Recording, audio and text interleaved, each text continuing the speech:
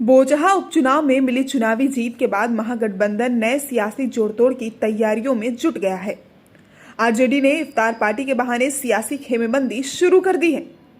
तेजस्वी यादव और राबड़ी देवी की तरफ से आयोजित इफ्तार पार्टी के लिए एनडीए के मुकेश सहनी और चिराग पासवान को भी न्योता दिया गया है। चिराग पासवान ने आरजेडी से मिले इफ्तार पार्टी के न्योते पर कहा कि लालू यादव के जमाने में भी लालू जी की इफ्तार पार्टियों में उनके पिता रामविलास पासवान जाया करते थे, इसलिए इफ्तार के न्योते का राजनीतिक मतलब नहीं निकाला जाना चाहिए। साथ ही चिराग पासवान ने साफ कर दिया कि आगामी चुनाव से पहले गठबंधन को लेकर चिराग पासवान अपनी पार्टी और अपने पत्ते नहीं खोलेगी।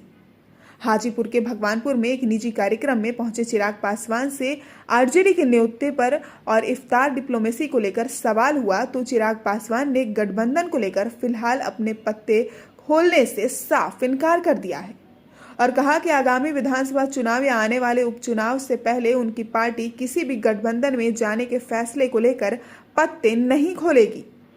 हालांकि इस बीच लालू प्रसाद यादव को मिली जमानत के बहाने चिराग पासवान ने लालू परिवार से नजदीकियों की तरफ इशारा भी किया।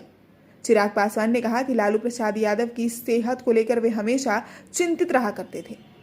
बेल मिलने पर चिराग पासवान ने खुशी जताई और कहा कि उन्हें इस बात की खुशी है कि लालू प्रसाद यादव अब अपने परिवार के बीच रहेंगे।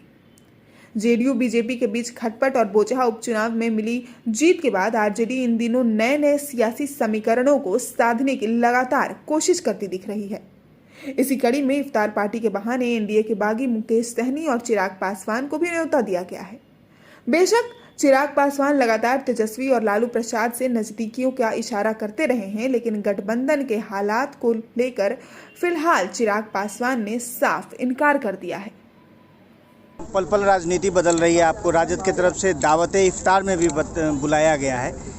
चिराग पासवान को कहाँ देखा जाए, एनडीए में फिर या फिर महागठबंधन में आने वाले समय में? देखिए, इस बात को मैंने स्पष्ट तौर से लंबे समय से कहा है कि जब तक बिहार में मध्यावधि चुनाव नहीं होते या आम चुनाव नहीं होते, दोनों में से जो भी पहले हो जाए, जब तक ये दो में से कोई चुनाव नहीं होते तब तक गठबंधन के साथ जाने का फैसला पार्टी नहीं लेगी।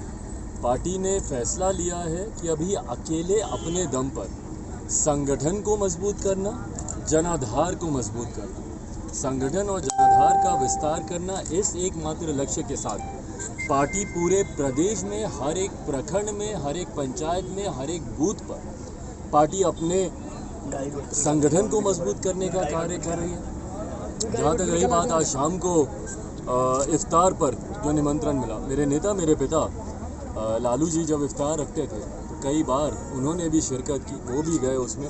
और मुझे लगता है कुछ कार्यक्रम ऐसे होते हैं जिनको राजनीतिक परिप्रेक्ष्य से नहीं देखना चाहिए। इफ्तार हो, छठ हो, ये तमाम ऐसे कार्यक्रम हैं जिनको मुझे नहीं लगता कि किसी राजनीतिक परिप्रेक्ष्य में देखने की ज़रूरत है।